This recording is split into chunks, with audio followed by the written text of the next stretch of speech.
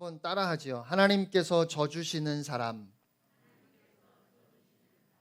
깊은 밤에 그 눈앞에 흐르는 강을 바라보면서 잠을 이루지 못하는 한 사내가 있습니다. 아무도 없는 그 적막한 광야의 공포보다 더 깊은 두려움이 그의 눈빛에 서려 있는 듯 보입니다. 야곱은 가족들을 다 앞서 보내고 홀로 야복 나루에 남았습니다. 정상적인 아버지라면 자신이 먼저 앞서 가서 가족들의 방패가 되어야 할 텐데 야곱은 거꾸로 가족들을 자기의 방패로 삼았습니다. 사실 이 모든 일은 그가 저질렀던 속임수의 결과였습니다. 하지만 여전히 그 밤에도 그는 회개의 눈물이나 뉘우침 대신에 가족을 다 희생시켜서라도 자기 생명을 지키고자 하는 생존 본능만 가득했습니다. 비록 가로챈 것이긴 하지만 아버지 이삭에게 받았던 축복은 아무런 의미가 없는 것 같습니다. 하나님께서 너와 함께 하겠다 약속해 주셨지만 그 약속도 지금은 아무런 의미가 없는 것 같아요. 온갖 잔머리를 써가면서 모으고 또 야반도주하면서 챙겼던 그 많은 재산도 아무 의미가 없습니다. 마치 헛된 희망을 갖게 한 뒤에 더 비참한 꼴로 내던져지기 위해서 준비되었던 과정처럼 여겨집니다. 야곱의 머릿속에는 내가 이런 꼴이 되려고 지금까지 그렇게 몸부림치면서 살아왔을까 하는 생각뿐입니다. 형 에서만 생각하면 야곱은 아무것도 보이지 않고 아무것도 들리지 않았습니다. 세월이 지나면 나아질 줄 알았는데 그가 혼잣말로 중얼거립니다. 20년이나 세월이 흘렀는데 에서의 이름을 듣는 순간 야곱은 그 20년 전 집을 도망쳐오던 그때로 다시 돌아가 버렸습니다. 잊고 살아보려고 애를 써왔지만 지난날 자신의 꼼수와 에서의 분노가 그의 두려움 가운데 완전히 되살아났습니다. 살다 보면 이렇게 잠을 이룰 수 없는 야복강가의 밤이 있습니다. 잊을 수는 있어도 결코 사라지지 않는 나의 허물이 두려움 중에 되살아나는 밤입니다. 이럴 때는 하나님의 도우심을 구하기에도 왠지 부끄럽고 하나님 앞에 죄송합니다. 이미 엎질러진 물 주워 담을 방법도 없고 내가 저지른 일이니까 누굴 탓할 수도 없습니다. 과연 이 밤을 종종 사람들이 말하는 것처럼 야곱이 간절히 기도를 드림으로 그 모든 두려움을 이기고 하나님의 축복을 약속으로 받은 기도의 밤 혹은 응답의 밤이라고 말해도 될까요? 절체절명의 위기 앞에서 사생결단의 기도를 통해서 결국 하나님의 축복과 도우심을 약속받았으니까 그래서 우리가 이 사건에서 이 말씀 안에서 두려움을 이기는 기도의 능력이든지 혹은 간절한 기도의 교훈을 배워야 한다고 그렇게 말하곤 하는데 우리가 이 말씀을 그렇게 이해하면 하나님의 은혜는 오대간데 없고 오직 야곱의 공로만 남습니다. 우리도 야곱처럼 하나님의 바짓가랑이를 붙들고 늘어지자고 하는 고집밖에는 남는 것이 없다는 말이지요. 제가 볼 때는 지금 야곱이 하나님을 붙든 것은 두려움을 이기는 기도였다기보다 오히려 불신앙에 사로잡힌 생떼였습니다. 그래서 저는 오늘 본문 말씀을 통해서 우리가 깨닫고 기억해야 하는 것은 간절한 기도가 아니라 그렇게 믿음 없음에 하나님을 붙들고 생떼를 부리고 있음에도 불구하고 하나님께서 그를 만나주신 그 사랑, 그 은혜가 아닐까 싶어요. 창세기 32장을 보면 야곱이 외삼촌이자 장인인 라반의 집을 떠나서 고향을 향해서 출발했을 때 하나님께서는 이미 야곱을 보호하실 것을 약속해 주셨습니다. 32장 1절 2절 말씀 우리 함께 읽겠습니다. 32장 1절과 2절입니다. 시작.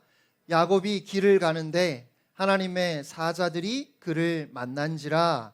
야곱이 그들을 볼 때에 이르기를 이는 하나님의 군대라 하고 그 땅 이름을 마하나임이라 하였더라. 아멘. 고향을 향해서 출발하자마자, 그러니까 야곱이 하나님께 저를 보호해 주셔야 됩니다, 저를 지켜 주셔야 됩니다 라고 그렇게 요청하기도 전에 하나님께서는 그의 연약함을 아시고 하나님의 사자들을 보내셔서 야곱을 만나 주셨습니다. 여기 하나님의 사자들은 단수형이 아니라 복수형인데 야곱은 그들을 바라보면서 하나님의 군대라고 했어요. 이 군대라는 말은 둥글게 굽어진 진을 치다라는 말에서 나왔습니다. 그러니까 말 그대로 야곱 주변에 둥글게 진을 치고 마치 성벽처럼 야곱을 둘러쌌다는 말입니다. 뭐가요? 하나님의 군대가. 그야말로 완벽한 보호를 의미합니다. 야곱은 그 땅을 마하나임이라고 불렀어요. 히브리어로 그 앞에 하나님의 군대는 마하네 엘로힘입니다. 이 부분에서 마하네 엘로힘과 마하나임이라는 이 두 단어가 언어 유희로 사용된 것입니다. 원래 마하나임이라는 말은 두 진영이라는 뜻의 고유명사인데 히브리어로 그 음가가 비슷한 마하네 엘로힘과 마하나임을 교차적으로 사용함으로써 그 의미를 풍성하게 만든 거예요. 그러니까 둥글게 진을 친 하나님의 군대가 야곱을 보호하고 있는데 그 군대가 두 겹이라는 거예요. 두 겹으로 야곱을 에워싸고 지금 그를 보호하고 있다는 겁니다.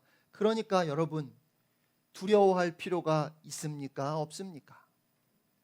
게다가 야곱이 고향 브엘세바를 떠날 때 이미 하나님께서는 베델에서 약속을 주셨어요. 우리 창세기 28장 15절 말씀을 함께 읽겠습니다. 28장 15절입니다. 시작. 내가 너와 함께 있어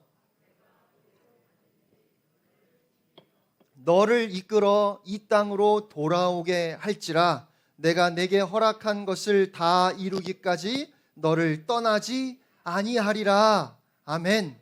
20여 년 전에 하나님께서 약속하셨습니다. 내가 어디로 가든지 내가 너와 함께 있고 너로 하여금 이 땅으로 돌아오게 할 것이다. 내가 결코 너를 떠나지 아니하리라. 하나님의 약속을 혹시 야곱은 잊어버렸을지라도 이것이 하나님께서 주신 약속이니까 하나님은 하나님의 신실하심으로 이 약속을 지키실 것입니다. 그래서 하나님의 약속대로 야곱을 보호하고 계시다면 두려워할 이유가 전혀 없지 않겠습니까? 그가 기도하고 구하기도 전에 이미 하나님께서는 하나님의 군대를 보내셔서 그를 보호하셨고 그것을 야곱에게도 보여주셨다는 말입니다. 만약에 창세기 32장 1절 2절에 하나님의 사자들을 만나는 이 사건이 없었다면 지금 야곱이 두려워하는 것이 정당하다 할 수 있을지도 모르겠습니다.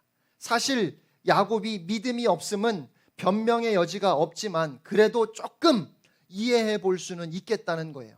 하지만 하나님의 군대가 함께하고 있다는 그 환상은 야곱이 간절하게 기도한 다음에 얻어냈던 응답이 아니라 하나님께서 미리 그에게 주셨던 약속이었고 증표였다는 것입니다. 결국 지금 야곱이 두려워하고 있는 것은 하나님의 약속이 없어서가 아니라 그의 마음이 무너져 믿음을 잃어버렸기 때문입니다.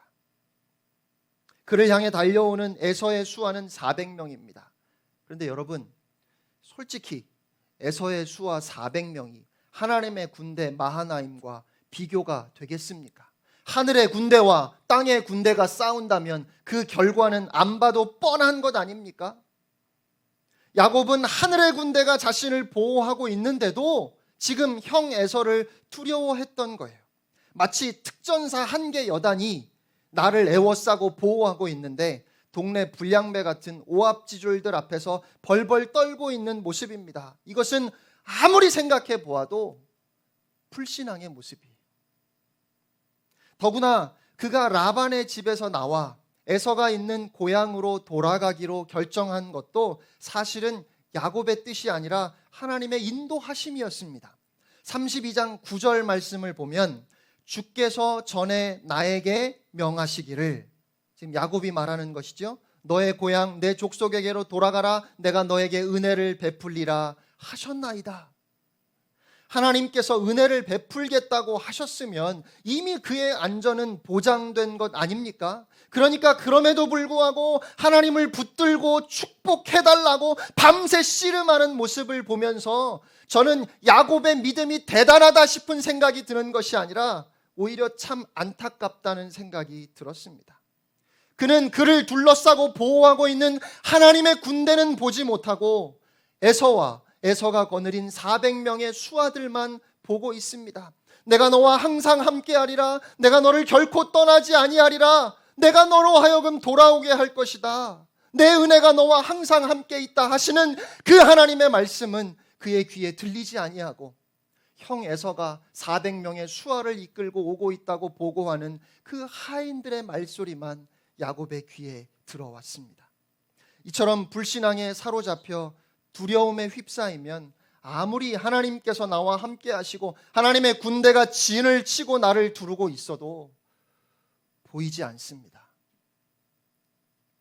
오직 앞에서 달려오고 있는 그 400명 에서의 부하들의 말발굽 소리만 귓가에 쩌렁쩌렁하게 울리지요. 에서는 대적할 엄두도 내지 못하면서 하나님은 대적하는 모습입니다. 세상 앞에서는 아무 소리 내지 못하다가 하나님 앞에서만 큰 소리 치는 모습이에요.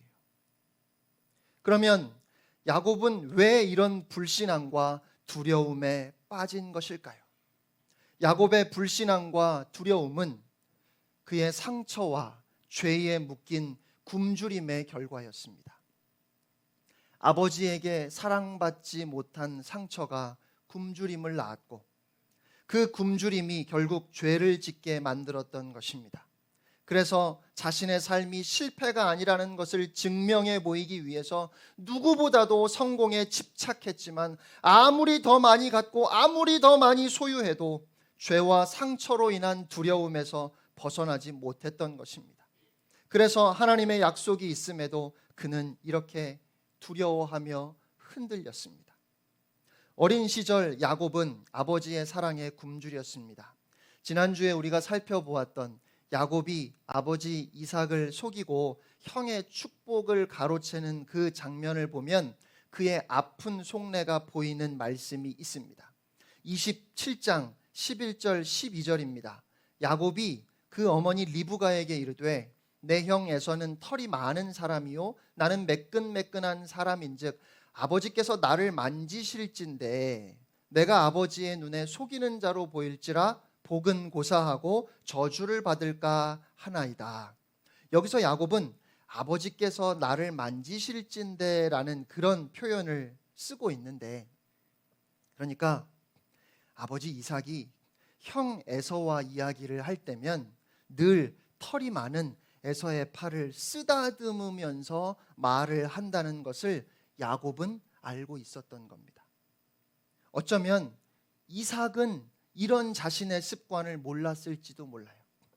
리브가도 이것을 몰랐을 수 있어요. 그런데 야곱은 그것을 알고 있었다는 말이죠. 사실 성품상으로 본다면 야곱은 아버지 이삭을 많이 닮았습니다. 이삭은 누뚱이로 태어나서 부모님의 사랑을 듬뿍 받았고 아주 유순한 사람이었죠. 그래서 자기가 판 우물을 빼앗기면서도 그렇게 빼앗아가는 사람들과 다투지 않았습니다. 여러 명의 아내를 두지 않고 리브가와만 결혼해서 살았고 그 아내를 어머니의 장막에 모신 것을 보더라도 그가 동시대의 다른 남성들과는 달리 얼마나 다정다감한 사람이었는지 알 수 있습니다. 그런데 큰아들 에서는 이삭과는 다르게 아주 남자다웠고 몸에 털이 많고 터프한 사냥꾼이었습니다. 그가 얼마나 대견했을까요? 어떻게 나한테서 이렇게 늠름한 아들이 나왔을까? 이삭은 에서가 늘 대견하고 흐뭇했던 것 같습니다. 그런데 야곱은 어머니와 요리하는 것을 좋아했어요. 그러니까 이삭이 보기에는 너무 여성스러웠을 겁니다. 어쩌면 자신의 그 약한 모습을 그대로 보는 것 같아서 싫었는지도 모르겠습니다. 상황이 이렇다 보니 이삭은 에서를 더 사랑했고, 아버지의 사랑을 받지 못한 상처는 야곱이 장자권에 더 집착하게 되는 계기가 되었는지도 모르겠어요. 그런 와중에 아버지를 속이고 형의 축복을 가로챘으니 그 마음의 굶주림이 상처와 죄를 낳고, 죄와 상처가 더 큰 굶주림을 낳는 그 악순환의 고리에 갇히고 만 것입니다. 나한테 손가락질하지 마. 그래, 내가 형의 축복을 가로챈 것은 잘못이라 치자. 하지만 어차피 형은 장자권의 가치도 모르는 사람이야. 팥죽 한 그릇에 그것을 팔아버리는 그런 사람이라고. 그러니까 장자권의 가치도 모르는 형보다는 내가 축복을 받는 게 우리 집안을 위해서도 좋은 일이야. 그리고 내가 얼마나 상처받고 굶주렸는지 당신들이 알기나 해? 내가 받은 아픔에 비하면 내 허물은 아무것도 아니야. 어떤 희생을 치르고 받은 축복인데 난 축복받을 거야. 반드시 축복받아야 돼. 그러면 사람들도 내 선택이 옳았다는 것을 인정하겠지. 그런데 왜 이렇게 허무하고, 왜 이렇게 허전하고, 왜 이렇게 불안한지. 우리가 보내는 많은 두려움의 밤 역시 하나님의 약속이 없어서, 하나님께서 동행하지 않으셔서가 아니라 믿음을 잃어버리고 우리의 육신의 감각에만 의지하기 때문은 아닙니까? 보이는 것에 마음을 빼앗겨서 보이지 않는 하나님의 군대가 나를 보호하고 있음을 깨닫지 못하기 때문은 아닙니까? 축복받아야 자신이 정당화된다고 하는 그러한 강박관념과 마음속에 숨겨진 죄의식이 합쳐져서 지금 야곱은 깊은 두려움의 밤에 있게 되었습니다. 외삼촌 라반의 집으로 도망가서 새 출발을 시작한 이후에도 그의 인생은 참 어려웠습니다. 아버지 이삭을 속이고 떠나온 그는 또 다른 아버지가 된 장인 라반에게 속아서 14년 동안이나 대릴사위 노릇을 해야 했습니다. 물질적인 축복은커녕 두 아내를 얻는데 14년을 보내야 했다는 말입니다. 품삯을 제대로 주지 않으니까 아롱진 양과 염소를 품삯으로 갚겠다고 해야 할 정도였습니다. 그런데 하나님께서 은혜로 유전적인 열성이 우성보다 더 많이 만들어지는 역사가 일어났지요. 하지만 결국 그 때문에 그의 사촌들은 그를 죽이려고 혈안이 되었습니다. 형 에서와 원수가 되었듯이 사촌들과도 원수지간이 되어 버린 것입니다. 그리고 자매였던 라헬과 레아도 자신도 아버지의 편애 때문에 상처가 있었는데 야곱의 편애 때문에 자매였던 라헬과 레아도 서로 원수지간이 되고 말았어요.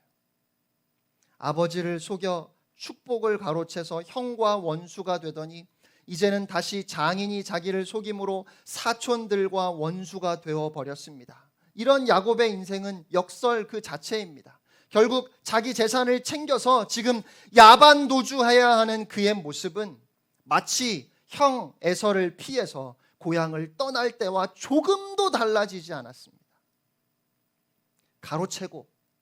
가로채임을 당하고 다시 가로채서 야반도주하는 그의 인생 여정은 축복이라고 하기에는 너무 힘들고 버거워 보여요.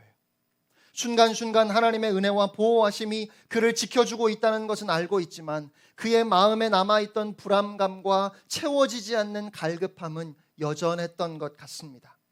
외삼촌이자 장인인 라반의 속임수와 사촌들의 그 살의를 경험하면서 어쩌면 그는 하나님의 보호하심 속에서도 이 모든 것이 다 내 죄값을 치르는 것인가 하는 그 두려움을 내려놓지 못한 것은 아닐까 싶어요. 20년 동안 모은 전 재산을 앞서서 형 에서에게 보내는 그 허망한 상황에서 내가 정말 축복을 받은 것일까?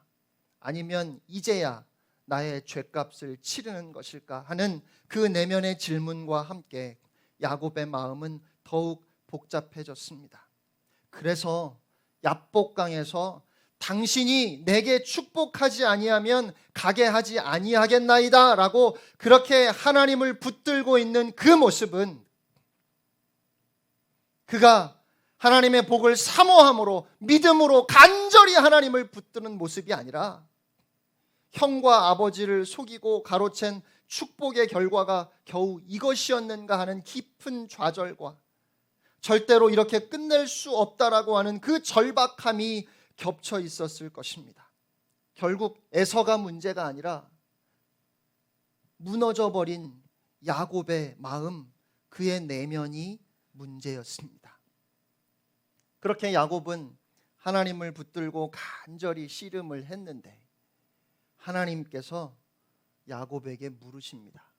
27절 말씀을 보니까 내 이름이 무엇이냐라고 물으셨어요. 아니 갑자기 뚱딴지같이 이게 무슨 말입니까?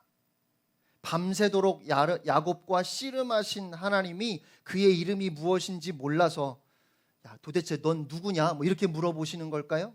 아니겠지요. 사실 이 질문은 그의 이름을 알고자 물어보시는 것이 아니라 지금 그의 내면에 억눌린 굶주림과 열등감을 벗어나게 하기 위해서 물으신 겁니다. 27장에 야곱이 아버지를 속이고 형의 축복을 가로챘던 그 사건이 기록되어져 있는 27장 18절 말씀을 보겠습니다.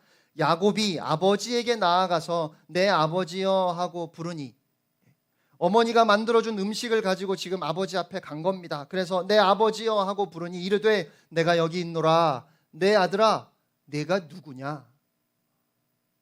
아니 아들한테 네가 누구냐고 물어보는 아버지도 있습니까? 이삭은 맛있는 음식을 가지고 자기에게 축복 기도를 받기 위해서 음식을 가져온 아들이 아무래도 에서가 아닌 것 같아서 그래서 물어본 겁니다. 내 아들아 내가 누구냐? 여러분 그때 야곱이 뭐라고 대답했을까요?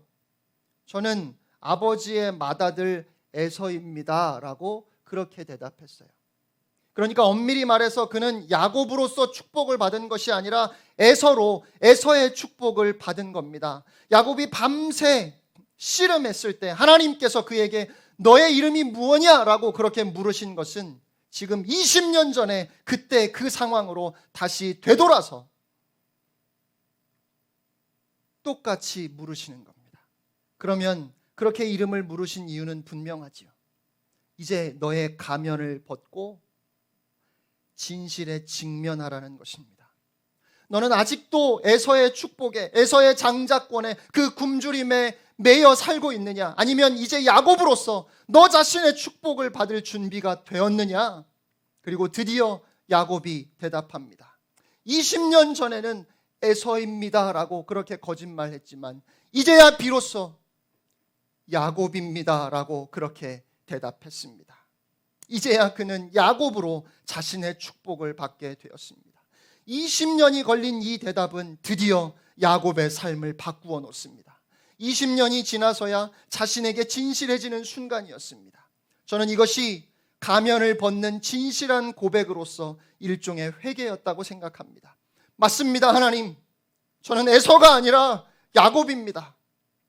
나보다 더 남성적이었던 형님, 아버지의 사랑과 관심을 독차지했던 형님, 열등감과 굶주림 속에 살면서 전 형님의 모든 것을 다 갖고 싶었습니다. 그래서 속이는 자가 되었고 내가 좀 성공해 보려고 몸부림치며 살았습니다.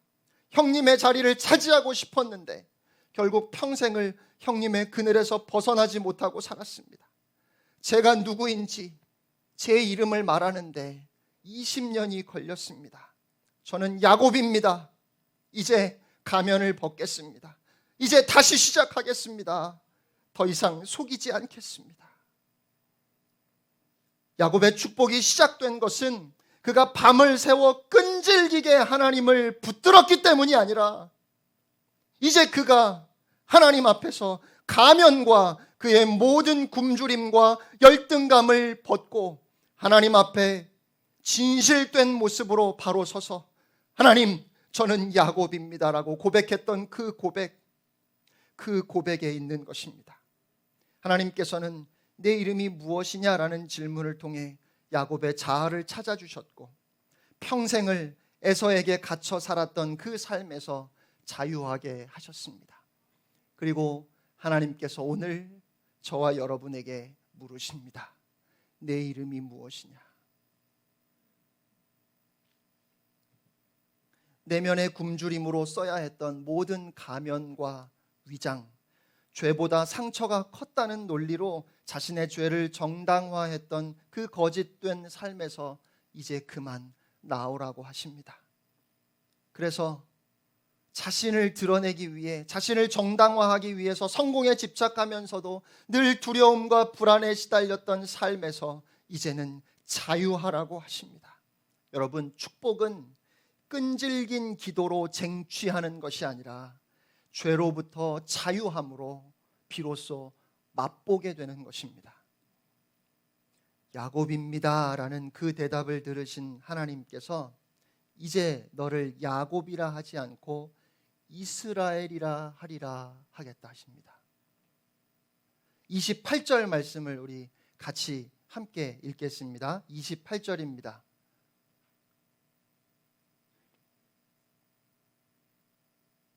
시작. 그가 이르되 내 이름을 다시는 야곱이라 부를 것이 아니요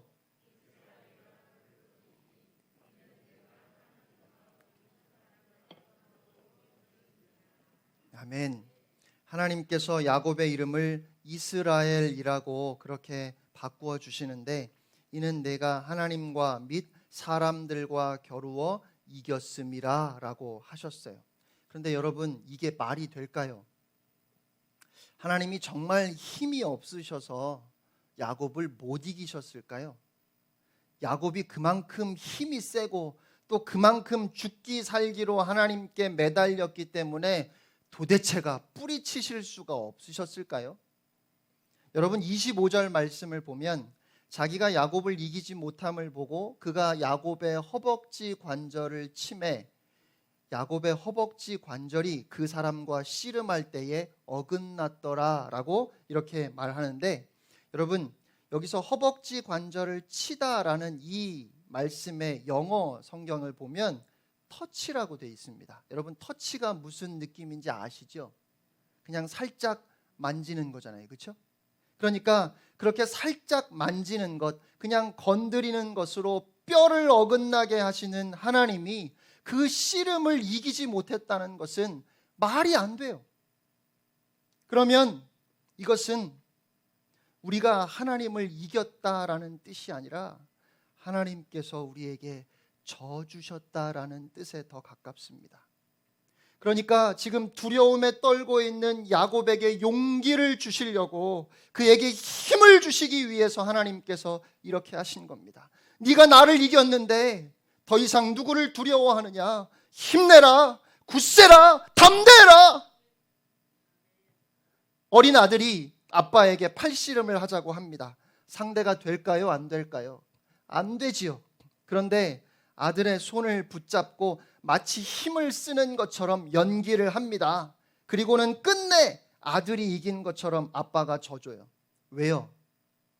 이야, 우리 아들이 이렇게 힘이 세졌구나. 아들에게 자신감을 주고 싶어서 그런 거예요. 유영이가 지금 전혀 공감하지 못하는 건 요새 가끔 유영이가 저한테 팔씨름을 하자고 하거든요. 제가 100번 하면 100번 다 이겨버려요. 그런데 유영이가 기억을 못하지만 아주 어렸을 때 제가 져줬어요. 사랑하는 성도 여러분, 오늘 본문에서 우리는 우리를 사랑하시는 하나님 아버지의 마음을 봅니다. 자녀의 길을 살려주시려고 어떠한 부끄러움도 개의치 아니하시는 하나님 아버지의 사랑을 봅니다. 우리의 자존감을 높여주시기 위해서 자신의 자존심을 포기하시는 분이 바로 하나님 아버지이십니다. 그래서 이스라엘이라는 이름의 뜻은 하나님과 더불어 겨루어 이긴 자가 아니라 하나님께서 사랑하셔서 져주시는 사람입니다. 저는 우리 인생에 비가 쏟아지면 하나님께서 우산을 준비해 주셔야 한다고 생각했습니다. 아니면 우리가 비를 맞지 않도록 날씨를 바꿔 주셔야지요. 목회를 하면서 더욱 그랬습니다. 성도들이 아픔을 겪지 않도록, 고난을 당하지 않도록 늘 보호해 주셔야 합니다. 하지만 제가 만난 하나님은 항상 우산이 없으셨습니다. 날씨도 바꿔주지 않으셨습니다. 그런데 하나님께서는 저와 같이 비를 맞아주셨습니다. 사람들이 고통받고 죽어가는 현장을 볼 때마다 하나님, 지금이 바로 하나님께서 뭔가 하셔야 하는 바로 그때입니다라고 저는 늘 그렇게 말했습니다. 하지만 하나님은 어디선가 누군가에게 무슨 일이 생기면 짠 하고 나타나서 지구를 구하고 사람들을 도와주는 그런 슈퍼 영웅들처럼 나타나지 않으셨습니다. 그저 고통받는 이들과 더불어 피 흘리고 계셨고 우리를 부둥켜 안고 같이 울고 계셨습니다. 하나님의 능력에는 문제가 없는데 하나님의 시간 관리에는 문제가 많다고 생각했습니다. 항상 늦으셔요. 도대체가 제 시간에 오시지를 않아요. 그래서 하나님께 참 섭섭했습니다. 하나님은 항상 모두가 다 떠나고 이제는 더 이상 안 되겠구나라고 포기했을 때 그제서야 오셨습니다. 그런데 오늘 말씀을 통해서 제가 깨닫는 것이 있습니다. 하나님은 늘 언제나 저의 곁에 저와 함께 계셨습니다. 한순간도 저를 버리신 적이 없습니다. 다만 제가 세상을 바라보느라, 제가 사람들을 바라보느라, 제가 저 자신을 바라보느라 하나님을 보지 못했을 뿐입니다. 하나님께서 뒤늦게 오신 것이 아니라 제가 그제서야 비로소 하나님을 바라보았던 것이었습니다. 내 인생 가장 힘들고 어려운 순간에 도대체 어디 계시다가 이제 오셨습니까? 라고 그렇게 하나님을 원망할 때 하나님 아버지께서는 사랑하는 아들아, 난 한순간도 너를 떠난 적이 없다. 나는 너를 떠난 적이 없단다. 다만 이제야 네가 나를 바라보는구나 하셨습니다. 그것도 모르고 저는 하나님을 열심히 구박했습니다. 왜 이렇게 늦게 오십니까? 왜 이제야 오셨습니까? 하지만 이제는 알게 되었습니다. 하나님은 제가 가장 별 볼 일 없고 버림받았을 때에도 저에게 구박을 받으시면서도 저와 함께 하셨다는 것을, 그것이 우리 하나님 아버지의 사랑임을 이제야 깨닫습니다. 저는 때리면 맞고 찌르면 찔리고 못 박으면 십자가에 달리셨던 예수님이 너무 싫었습니다. 그런데 이제는 우산이 없으신 하나님, 십자가에서 죽으신 무능해 보이는 예수님이 그렇게 좋을 수가 없습니다. 사랑하는 성도 여러분, 나의 허물로 인하여 인생에 큰 위기가 닥칠 때에도 하나님은 여전히 우리의 소망이십니다. 부끄러운 야곱을 찾아오셔서 밤을 새워 씨름을 하시며 그를 두려움과 죄로부터 자유하게 하신 하나님, 그에게 힘을 주어 그를 다시 세워주시는 하나님, 그 하나님께서 오늘 우리와 함께 하시고 이 예배를 통해서 우리를 회복시키시는 줄로 믿습니다. 예수님은 사람이셨기에 예수님 앞에 아뢰지 못할 부끄러운 죄가 없고, 예수님은 하나님이시기에 그분이 용서하시지 못할 어떠한 죄도 존재하지 않습니다. 나의 허물로 죽을 것 같은 자리에서도 임마누엘, 우리 주님은 영원히 우리와 함께 하시며 변함없이 우리의 소망이 되십니다. 사랑하는 성도 여러분, 믿음의 눈을 들어 지금 우리와 함께 하시는 주님을 바라보실 수 있기를 바랍니다. 두 겹으로 여러분을 애워싸고 여러분을 지키고 있는 마하나임, 하나님의 군대를 바라보십시오. 그래서 두려워하지 아니하고 떨지 아니하고 나의 힘이요 나의 요새요 나의 방패가 되시는 그 하나님만 의지하며 한 주간도 믿음으로 승리하는 여러분이 되시기를 주님의 이름으로 축복합니다.